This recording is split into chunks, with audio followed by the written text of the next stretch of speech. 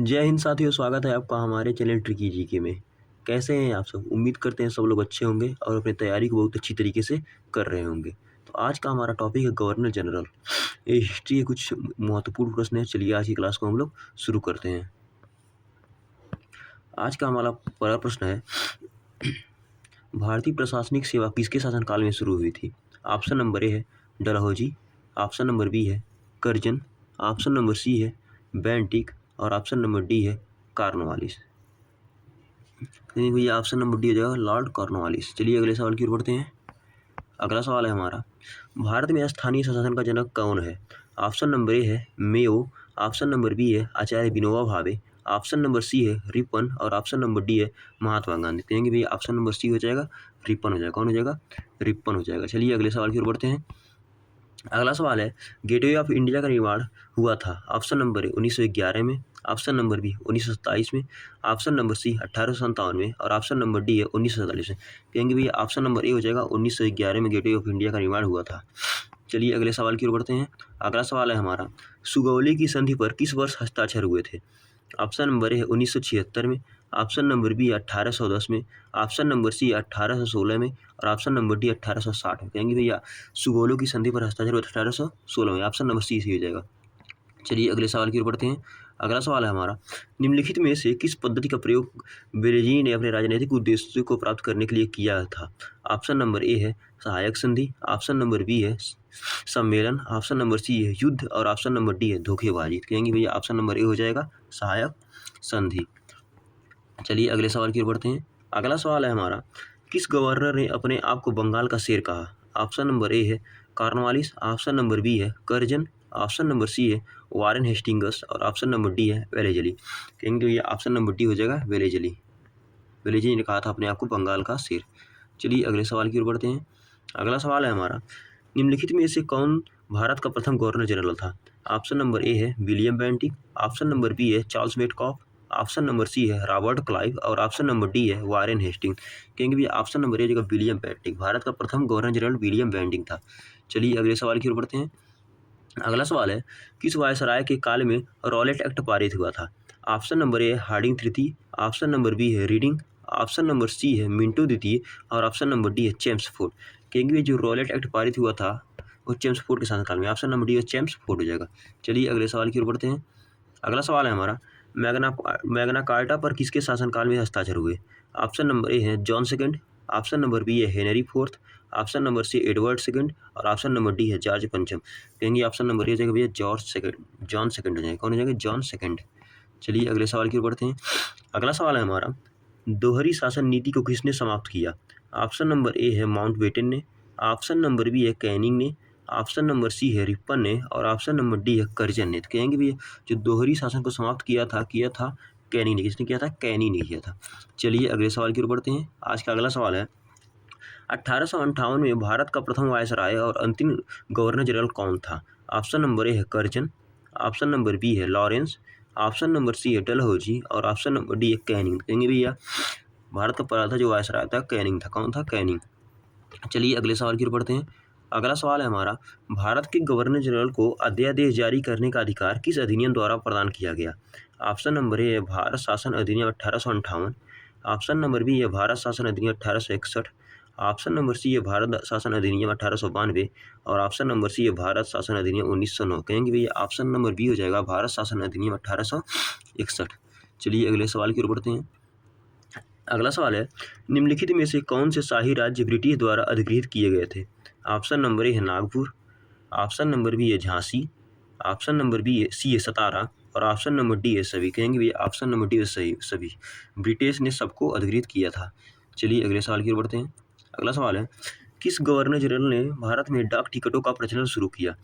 Option number A है Dalhousie, option number B है Auckland, option number C है Canning और ऑप्शन नंबर डी है विलियम बेंटिक। कहेंगे भैया ऑप्शन नंबर ए हो जाएगा डलहौजी हो जाएगा। चलिए अगले सवाल की ओर बढ़ते हैं। अगला सवाल है, भारत में टेलीग्राफ सेवा किसने शुरू की थी? ऑप्शन नंबर ए हेस्टिंगस ने, ऑप्शन नंबर बी है डलहौजी ने, ऑप्शन नंबर सी हार्डिंग ने और ऑप्शन नंबर डी है कैनी ने। कहेंगे भी ऑप्शन नंबर बी हो जाएगा डलहौजी ने। चलिए अगले सवाल की ओर बढ़ते हैं। अगला सवाल है हमारा, किसके कार्यकाल में कलकत्ता में विक्टोरिया मेमोरियल हॉल का निर्माण हुआ था? ऑप्शन नंबर है अलीगढ़ ने, ऑप्शन नंबर बी है करजन, ऑप्शन नंबर सी है मिंटो और ऑप्शन नंबर डी है हार्डिंग। कहेंगे भैया ऑप्शन नंबर बी करजन के शासनकाल में। किसके? करजन के शासनकाल में। चलिए अगले सवाल की ओर बढ़ते हैं। अगला सवाल है, अंग्रेजों ने भारत तथा इंग्लैंड के बीच तार संबंध कब स्थापित किया?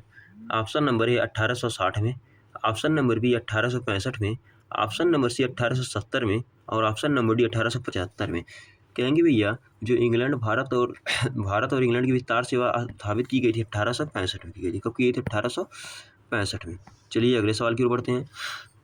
किसके शासनकाल में आईपीसी और सीपीसी पारित किए गए?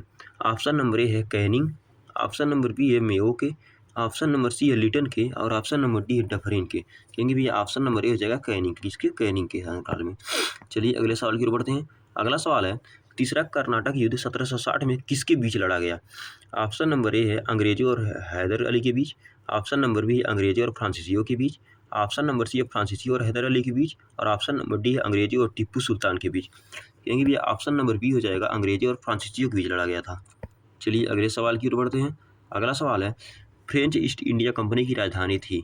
ऑप्शन नंबर ए है यमन में, ऑप्शन नंबर बी है पौंडीचेरी में, ऑप्शन नंबर सी है मद्रास में और ऑप्शन नंबर डी है कराईकल में। कहेंगे भैया ऑप्शन नंबर बी है पांडिचेरी में। चलिए अगले सवाल की ओर बढ़ते हैं। अगला सवाल है, विलंब का सिद्धांत या हड़प नीति को किसने लागू किया था? ऑप्शन नंबर ए है हेस्टिंगस ने, ऑप्शन नंबर बी है वेलेजली ने, ऑप्शन नंबर सी है कॉर्नवालिस ने और ऑप्शन नंबर डी है डलहौजी ने। कहेंगे भैया डलहौजी ने लागू किया। किसने लागू किया था? डलहौजी ने। चलिए अगले सवाल की ओर बढ़ते हैं। अगला सवाल है, हैदराबाद के निजाम द्वारा पहली सहायक संधि हस्ताक्षरित कब की गई? ऑप्शन नंबर ए 1799 में, ऑप्शन नंबर बी 1798 में, ऑप्शन नंबर सी 1797 में और ऑप्शन नंबर डी है 1796 में। कहेंगे भी ऑप्शन नंबर बी हो जाएगा 1798 में। चलिए अगले सवाल की ओर बढ़ते हैं। अगला सवाल है, पंचायती निर्वाचन क्षेत्र के रूप में कौन जाने जाते हैं? ऑप्शन नंबर ए है मॉर्ले, ऑप्शन नंबर बी है मिंटो, ऑप्शन नंबर सी है माउंटेन्यू और ऑप्शन नंबर सी डी है चेम्सफोर्ड। कहेंगे भैया ऑप्शन नंबर बी हो जाएगा मिंटो हो जाना जाता है। चलिए अगले सवाल की ओर बढ़ते हैं। अगला सवाल है, पोर्टफोलियो सिस्टम किसके द्वारा लागू किया गया? ऑप्शन नंबर ए है मेयो, ऑप्शन नंबर बी है William Petty, option number C है कैनिंग और ऑप्शन नंबर डी है वेलेजली। कहेंगे भैया ऑप्शन नंबर डी हो जाएगा कैनिंग। चलिए अगले सवाल की ओर बढ़ते हैं। अगला सवाल है हमारा, स्वतंत्र भारत का पहला गवर्नर जनरल कौन था? ऑप्शन नंबर ए है लिनिथगो, ऑप्शन नंबर बी है माउंटबेटन, ऑप्शन नंबर सी है वेविल और ऑप्शन नंबर डी है मेयो। कहेंगे भैया ऑप्शन नंबर बी हो जाएगा माउंटबेटन थे। चलिए अगले सवाल की ओर बढ़ते हैं। अगला सवाल है, बंगाल में दोहरे शासन की नीति किसने लागू की? ऑप्शन नंबर ए है क्लाइव, ऑप्शन नंबर बी है डलहौजी, ऑप्शन नंबर सी है कॉर्नवालिस और ऑप्शन नंबर डी है हेस्टिंगस। कहेंगे भैया ऑप्शन नंबर ए है रॉबर्ट क्लाइव। किसने लागू किया था? रॉबर्ट क्लाइव ने। अगला सवाल है हमारा, समझौता दंगा आंदोलन के दौरान ब्रिटिश भारत का वायसराय कौन था? ऑप्शन नंबर ए है कर्जन, ऑप्शन नंबर बी है हार्डिंग, ऑप्शन नंबर सी है इरविन और ऑप्शन नंबर डी है मिंटो। कहेंगे भैया ऑप्शन नंबर सी इरविन था। चलिए अगले सवाल की ओर बढ़ते हैं। अगला सवाल है, 1793 में किस वायसराय के शासनकाल में बंगाल की अस्थायी बंदोबस्त लागू की गई थी? ऑप्शन नंबर ए है डलहौजी, ऑप्शन नंबर बी है कॉर्नवालिस, ऑप्शन नंबर सी है मेटकॉफ और ऑप्शन नंबर डी है मिंटो। कहेंगे भैया ऑप्शन नंबर बी होगा कॉर्नवालिस। चलिए अगले सवाल की ओर बढ़ते हैं।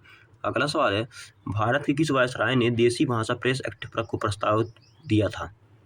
ऑप्शन नंबर ए है रीडिंग, ऑप्शन नंबर बी है लॉरेंस, ऑप्शन नंबर सी है लिप्टन और ऑप्शन नंबर डी है मेयो। कहेंगे भैया ऑप्शन नंबर सी हो जाएगा लिप्टन। चलिए अगले सवाल की ओर बढ़ते हैं। अगला सवाल है, भारतीय राष्ट्रीय कांग्रेस की स्थापना के समय भारत का वायसराय कौन था? ऑप्शन नंबर ए है रिपन, ऑप्शन नंबर बी है लॉरेंस, ऑप्शन नंबर सी है डफरिन और ऑप्शन नंबर डी है कैनिंग। कहेंगे भैया ऑप्शन नंबर सी हो जाएगा डफरिन। चलिए अगले सवाल की ओर बढ़ते हैं। अगला सवाल है, व्यक्तिगत का सिद्धांत नीति किसने तैयार की थी? ऑप्शन नंबर ए है हेस्टिंगस, ऑप्शन नंबर बी है क्लाइव, ऑप्शन नंबर सी है डलहौजी और ऑप्शन नंबर डी है जनरल डायर। कहेंगे भैया ऑप्शन नंबर सी हो जाएगा डलहौजी। चलिए अगले सवाल की ओर बढ़ते हैं। अगला सवाल है, भारत में सती प्रथा का अंत किसने किया था? ऑप्शन नंबर ए है वेलेजली, ऑप्शन नंबर बी है कॉर्नवालिस, ऑप्शन नंबर सी है विलियम पेंटिक और ऑप्शन नंबर डी है वॉरेन हेस्टिंगस। कहेंगे भैया ऑप्शन नंबर सी हो जाएगा विलियम पेंटिक। चलिए अगले सवाल की ओर बढ़ते हैं। अगला सवाल है, सांप्रदायिक निर्वाचन का जनक कहा जाता है? ऑप्शन नंबर ए है मिंटो, ऑप्शन नंबर बी है मॉर्ले, ऑप्शन नंबर सी है चेम्सफोर्ड और ऑप्शन नंबर डी है हार्डिंग। कहेंगे भैया ऑप्शन नंबर मिंटो को आया था। किसको? मिंटो को। चलिए अगले सवाल की ओर बढ़ते हैं। अगला सवाल है, स्वतंत्र भारत के प्रथम गवर्नर जनरल कौन थे? यानी कि ऑप्शन नंबर ए है माउंट बेटन थे। कौन थे? Mountbatten. तो ये कुछ महत्वपूर्ण 35 क्वेश्चन थे इतिहास के। इसी के साथ धन्यवाद।